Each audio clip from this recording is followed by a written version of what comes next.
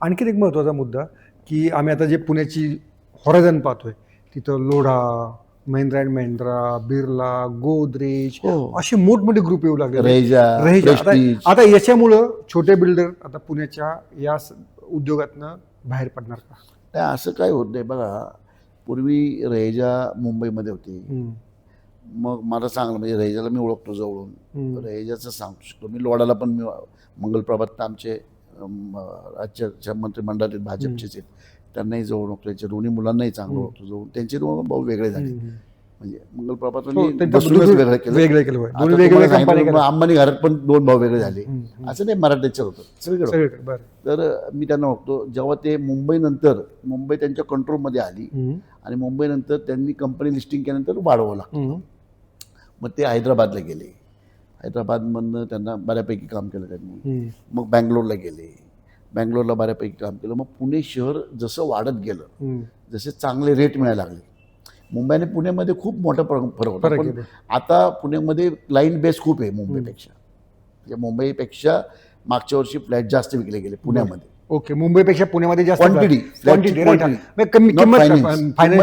Quantity amount wise नाही पण याच्या वाईज म्हणजे डिमांड आहे. मग डिमांड असेल की सगळे लोक आहेत. मग रेजा आला, गोदरेज आला, बिर्ला आला, लोढा आला, प्रेस्टीज आला, सगळे बिल्डर. बरोबर. शापूरजी पालनजी आले आणि मोठमोठ्या स्कीम सगळे करतात. आणि पुण्यामध्ये आपल्याकडे पुण्यातलं स्थानिक बिल्डरांचं थोडं कमी झालं. म्हणजे तुम्ही बघायला असाल तर एव्ही भट असतील, सुधीर मांडक्यांनी थोडं कमी केलं, मंत्री कमी झाले, तुमचे DS कुलकर्णी अशा परिस्थितीत बिचारे पोचले.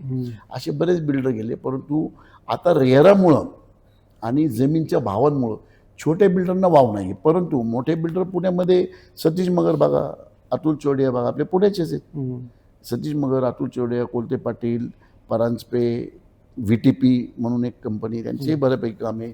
किसन गोयल, के गोयल जे म्हणतात ज्यांना, कोहिनूर ग्रुप, पुण्याचेच आहे सगळे.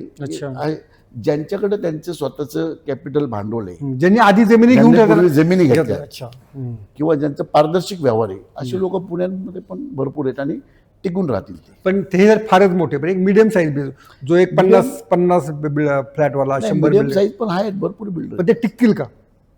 आता त्यांनी जर का व्यवस्थित बिझनेस केला तर टिकतील. परंतु आत्ता काय झालंय, ह्या ज्या आपण कंपन्यांची नावं घेतली किंवा आपण महाराष्ट्र पुण्यातले असतील किंवा मुंबई, बँगलोरचे बरे बिल्डर आलेत, त्यांना जे पैसा जो उपलब्धता आहे त्यांची खूप कमी व्याजदराची उपलब्ध आहे. त्यांची कॅपॅसिटी खूप आहे. त्यामुळे आता मोठ्या मोठ्या बिल्डरनी जमीन विकले त्यांना. ओके, चला बाबा, आपले एक 100 एकरची टाउनशिप आहे, 5 सेक्टर 2 सेक्टर विकून टाका. कारण आपल्याला कॉम्पिटिशन होतं. बरोबर. म्हणून पण हे बाहेरचे लोक खूप येतात. परंतु छोट्या बिल्डरने जर पारदर्शकता व्यवहार ठेवला तर मला नाही वाटत काही अडचणी नाही. Pune's Pride Sunny's World, life in Funshine. Resort, weddings, events, restaurants, adventure, wellness. Sunny's World, perfect destination for every occasion.